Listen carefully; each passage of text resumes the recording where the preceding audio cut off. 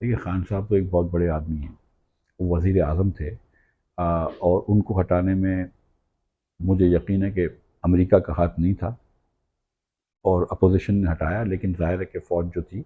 وہ اپوزیشن کے خلاف نہیں تھی اس بات میں، بلکہ ساتھ میرے خیال سے دیا ہوگا۔ جہاں تک مجھے ہٹانے کا تعلق ہے تو میں تو ایک وزیر تھا جو ایک نوٹیفیکیشن سے ہٹ جاتا ہوں، مجھے تو انہوں نے کہا ایک دن بٹھا کے کہ تم استعفیٰ دے دو، میں نے استعفیٰ دے دیا۔ تو میں تو وزیر اعظم کے ثواب دید پہ کام کرتا ہوں۔